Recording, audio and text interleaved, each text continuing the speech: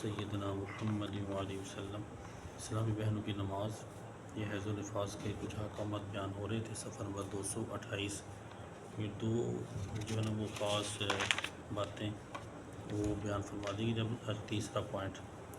اگر قرآن عظیم جز دان میں ہو، جز دان کے نکلنے پہلا وہ پہلے نا وہ ایک چھوٹا سا بکس ہوتا تھا، شادی میں بھی وہ دیا کرتے تھے، بکس کے اندر نا پتا نا چل ہاں وہ چھوٹا سا نا بکس ڈبہ ہوتا، تو لکڑی کا ڈبہ، وہ بڑے بڑے پیارے بھی اب بھی وہ ڈبے وہ آتے ہیں ہاں جی اسپیشل۔ اب وہ ڈبی کے وہ پلاسٹک کے دیگر جو نا وہ اب بھی آ رہے ہیں، جہیز ایڈیشن بھی اسے کہتے ہیں، جہیز ایڈیشن، جہیز میں دینے کے لیے وہ بڑے بڑے ایسے کھولتے ہیں، اندر سے نکل آتا ہے، یا مختلف طریقے ہیں ان کے کھولنے۔ تو اب وہ قرآن پاک اس کے اندر رکھ دیا، اور اوپر جو ہے نا وہ علیحدہ پیکنگ ہے علیحدہ، پھر قرآن پاک نکالیں گے، قرآن پاک نکالیں گے تو وہ علیحدہ ہو جائے گا۔ تو وہ جزدان یوں ہی نہ کی مطلب بندہ اسی طرح رومال وغیرہ کسی ایسے کپڑے سے پکڑنا جو نہ اپنا تابع ہو، رومال سے پکڑنا یہ جائز ہے، لیکن ایسا رومال ایسا کپڑا جو آپ کے تابع نہیں ہے، مثلا تابع یہ دیکھیں نا پگڑی باندھی، اب یہی ہے تھوڑا سا لمبا بھی کبھی ہوتا ہے تو میں اسی کے ساتھ اس کو پکڑ لیتا ہوں، نہیں ایسے نہیں، یہ میرے جسم کے تابع،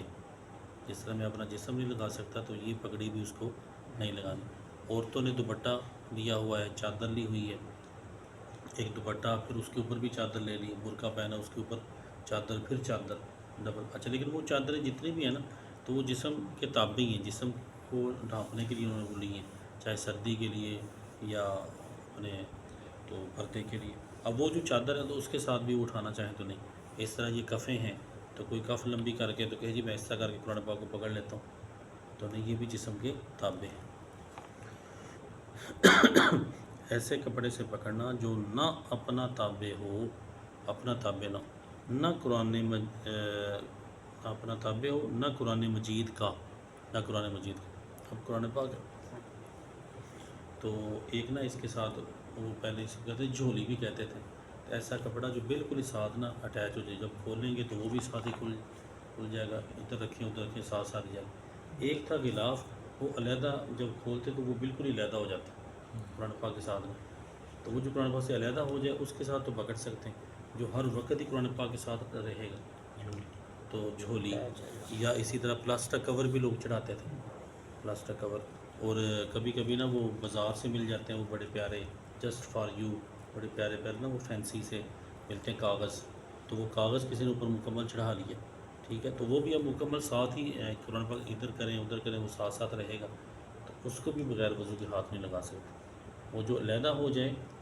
قرآن پاک کھولے تو وہ علیحدہ ہو جائے اس کو بغیر وضو کے ہاتھ لگا سکتے ہیں، جو بالکل ساتھ اٹیچ ہے اسے قرآن پاک اس کو بھی قرآن پاک کے حکم ہے۔ جیسے یہ گتا ہی دیکھ لیں، اب یہ گتا قرآن پاک تو نہیں ہے، قرآن پاک تو آگے شروع ہو رہا ہے، لیکن یہ قرآن پاک کے ساتھ اٹیچ ہے، بالکل اس کے ساتھ ساتھ ہی رہے گا، تو یہ بھی قرآن پاک کے حکم ہے، اسے بھی بغیر وضو کے ہاتھ نہیں لگا سکتے۔ اچھا، تو کرتے کی آستین، دوپٹے کی آنچل، کرتے کی آستین وہی ہو گیا، ٹھیک ہے نا، یہ والا حصہ، اور آنچل وہی دوپٹے کا کنارہ، دوپٹے کی آنچل سے یہاں تک کہ چادر کا ایک کونا اس کے مونڈے کندھے پر ہے، آپ نے رومال ہے چادر ہے، اب یہی ہے بالکل میرے پاس چادر ہے تو میں نے کندھے پر رکھا، ایک